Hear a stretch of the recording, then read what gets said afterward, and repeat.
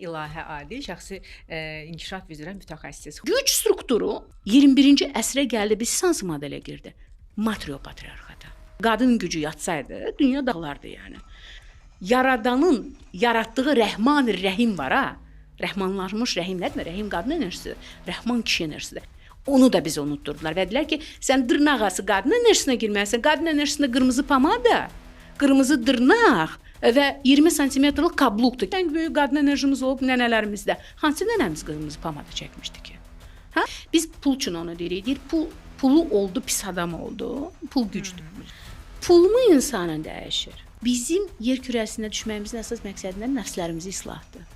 Qadın cazibəsi qadının ilahi sistemlə bağlantısıdır. Təslimiyyət hər şeyə olan baş verən hər bir vəziyyətlərə həd demək deyil. Qadın cazibəsi özünü dərk deməkdir. Və ilk öncə anlamaqdır ki, mənim gücüm həmişə məndə olub.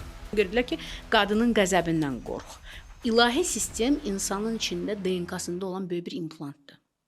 Biz Allahın nəfəsindən yaradılmış. Bu elə-belə söz deyil ha. Bunu hamı unudur. Biz necə? Bunu hamı deyir və dediyi qədər də hamı bunu unudur. Eyni candan yaratdıq sizi, eyni candan da zəvcəsini yaratdıq. Eyni can. Yəni bu axışı öz sevdiyi kişiyə ötürə bilirsə, o kişi dünyanın şahıdır. Mən ailə quranda düşünürdüm ki, heç nə olmaz. Mən onu düzəldərəm.